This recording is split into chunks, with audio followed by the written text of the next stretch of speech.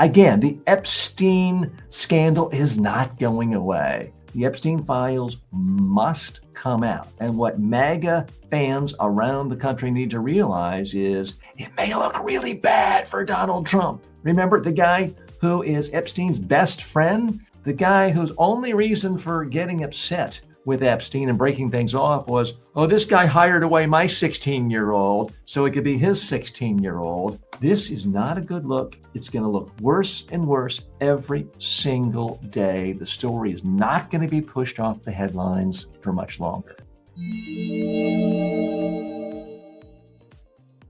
Why is this issue so big? Why is this different from the Access Hollywood tape, for example? Why is this issue bigger than the assault charges, convictions, the libels against E. Jean Carroll? Why is this issue bigger than the 33 felony convictions? That's right, folks. Let's not forget we have a convicted felon as president of the United States. Why is this issue bigger? Because it ties in every single strand of conspiracy thinking, of grievances, real and fake. It ties into every sort of bizarre idea on how the world works, and it's grounded in a lot of real world tragedies and crimes. There's a lot of facts here. There's simply no doubt that Jeffrey Epstein ran a horrible, sex crime organization, and that he personally molested, raped, abused children. He was convicted of that.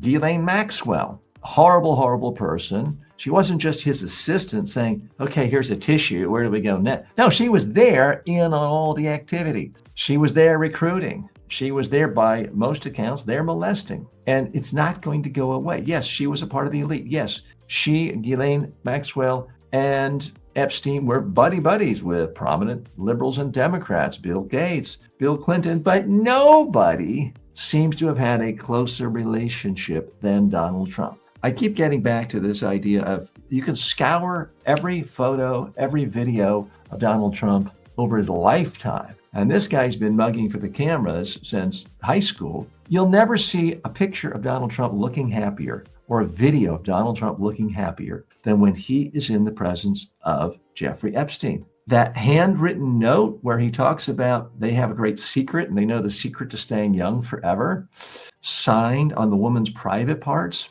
And Trump's only defense is, oh, I've never done art.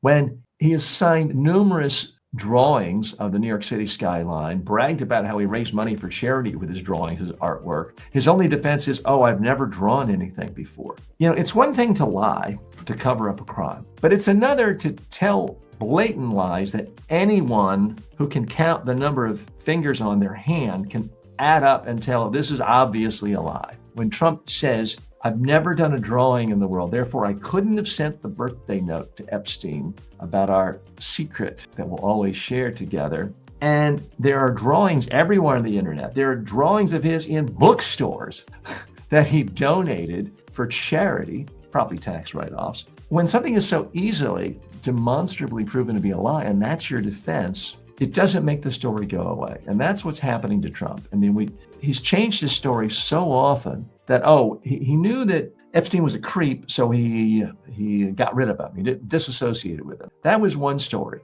And then it was, he acted inappropriately to a member's daughter. That was another story, and you could say those are similar. But the most recent one is he was angry with Epstein for taking his staff. And his as Bill Maher pointed out, Trump's attitude is essentially, you want to rape people? No problem. But steal my staff as a businessman? Nah, that's where I draw the line. It really is a bizarre explanation. But that's not even the worst part. The worst part is it turns out the staff member Epstein took from Trump was a 16-year-old. A 16-year-old who ultimately became a part of this sex slave network and ended up killing herself. So this is ugly business. And a lot of people are really stuck in this real quandary because a lot of people who like to think of themselves as right-thinking Americans, conservative, traditional, like to think of themselves as, I am fundamentally against pedophilia. I'm fundamentally against child abuse.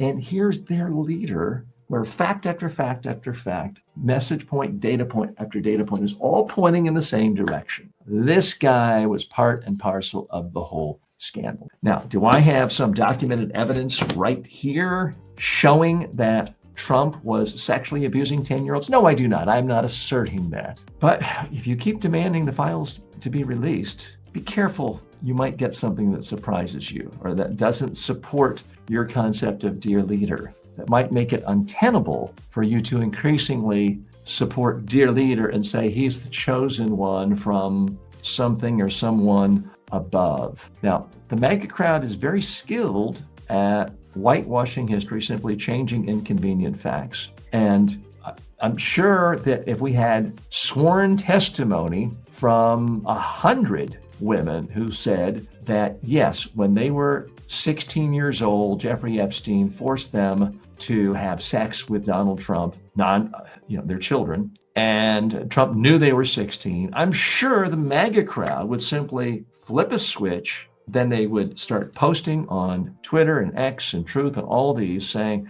okay, the evidence is in.